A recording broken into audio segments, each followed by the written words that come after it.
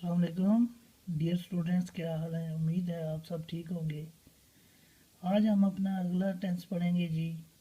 Future indefinite tense simple, फेल, मुस्तकबिल, मुतलिक, सादा।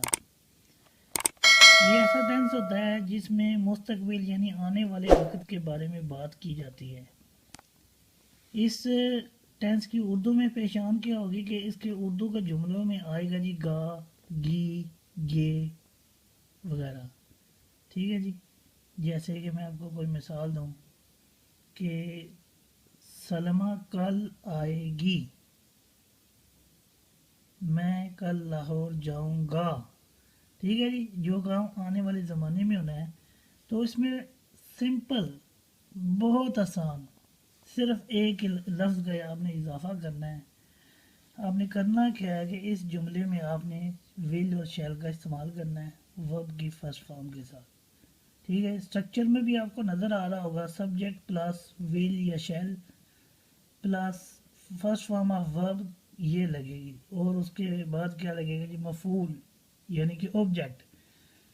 लेकिन आपने एक बात याद रखनी है, इसमें थोड़ी सी आगे तब्दीली है। आई वुई के साथ हमेशा क्या लगेगा, शेल, और बाकी जितने भी अल्फाज हैं उनके साथ क्या लगेगा जी, विल। ठीक है जी। आई और वुई के साथ क्या लगेगा, शेल, और बाकी सब के साथ विल। बाकियों में कौन से आ जाएंगे, ही, शी, इट, यू, दे। ठीक है जी। कोई प्लूरल नाउन है। लेकिन ये जो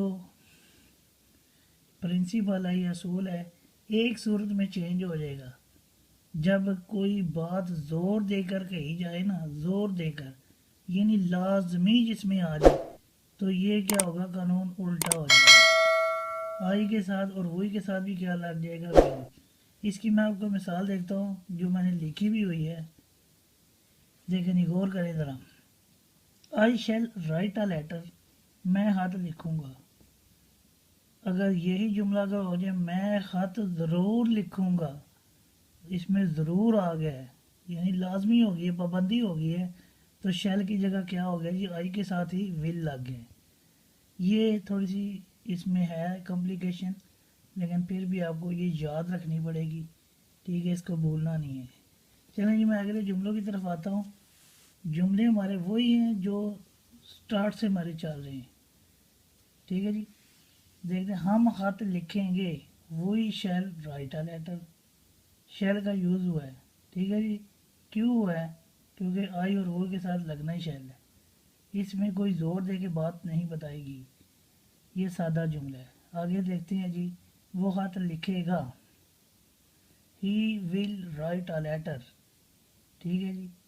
वो खत लिखेगी, she will write a letter. Aslam खत लिखेगा, Aslam will write a letter. लेकिन अगर ये हो गया असलम ज़रूर खत लिखेगा, तो क्या हो जाएगा, तो हो जाएगा जी Aslam shall write a letter. ठीक है जी। जो मैंने ऊपर भी आपको मिसाल दी। नीचे देखते हैं जी। असलम और अकरम खत लिखेंगे, Aslam and Akram will write a letter. तो अगर ये हो, असलम और अकरम ज़रूर खत लिखेंगे, लाजमी खत लिखेंगे, Aslam and Akram shall write a letter. लेकिन इसमें कोई ज़ोर दे के बात नहीं की, सादा जुमला है, तो इसलिए क्या लगा जी, विल। ये था जी हमारा आज का टेंस, फ्यूचर इनडेफिनेट टेंस था। ठीक है जी। तो उम्मीद है कि आपको बात समझ आई होगी। मिलते हैं किसी अगली वीडियो में। अल्लाह हाफिज़।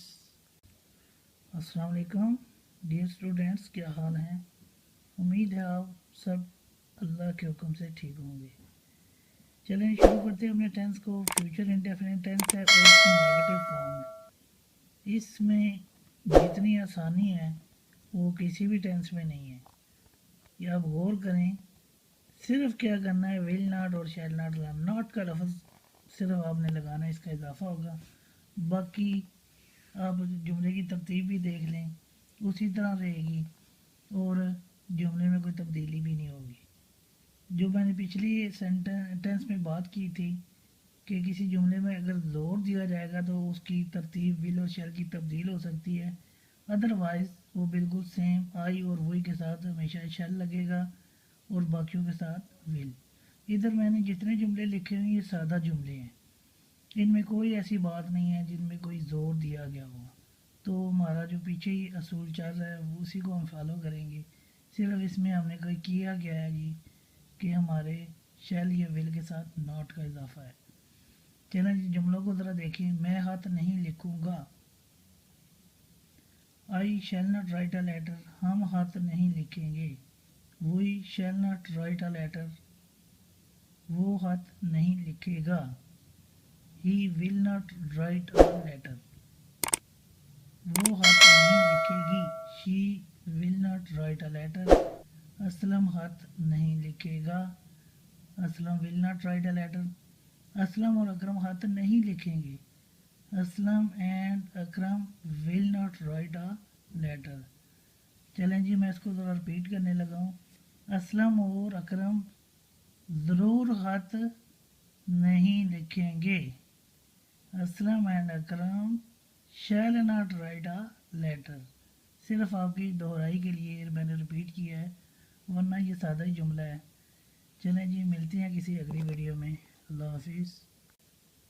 अस्सलाम वालेकुम अज़ीज़ तलबा, क्या हाल हैं?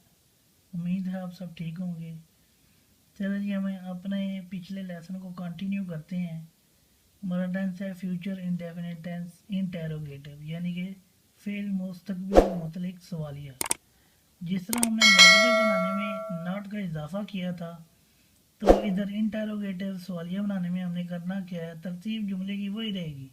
विल और शैल स्टार्ट में आ जाएंगे, नॉट को हटा देंगे और एंड पर क्या आ जाएगा जी, क्वेश्चन मार्क। और इसमें कोई तब्दीली नहीं है।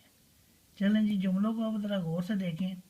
क्या मैं हाथ लिखूँगा, शैल आई राइट अ लेटर, क्या हम हाथ लिखेंगे, shall we write a letter, क्या वो हाथ लिखेगा, will he write a letter, क्या वो हाथ लिखेगी, will she write a letter, क्या असलम हाथ लिखेगा, will Aslam write a letter, क्या असलम और अकरम हाथ लिखेंगे, will Aslam and Akram write a letter. अगर आप गौर करें तो कोई तब्दीली नहीं है। विल और शेल स्टार्ट पे आ गए हैं और क्वेश्चन मार्क लगाने से पता चलेगा कि कोई सवाल पूछा जा रहा है। कोई मुश्किल नहीं है, इंतहाई आसान है। थोड़ी सी प्रैक्टिस, थोड़ी सी तवज्जो से आप इसको सीख सकते हैं। ये टेंस बहुत ही आसान होते हैं। चलें जी मिलते हैं अगली किसी नेक्स्ट वीडियो में।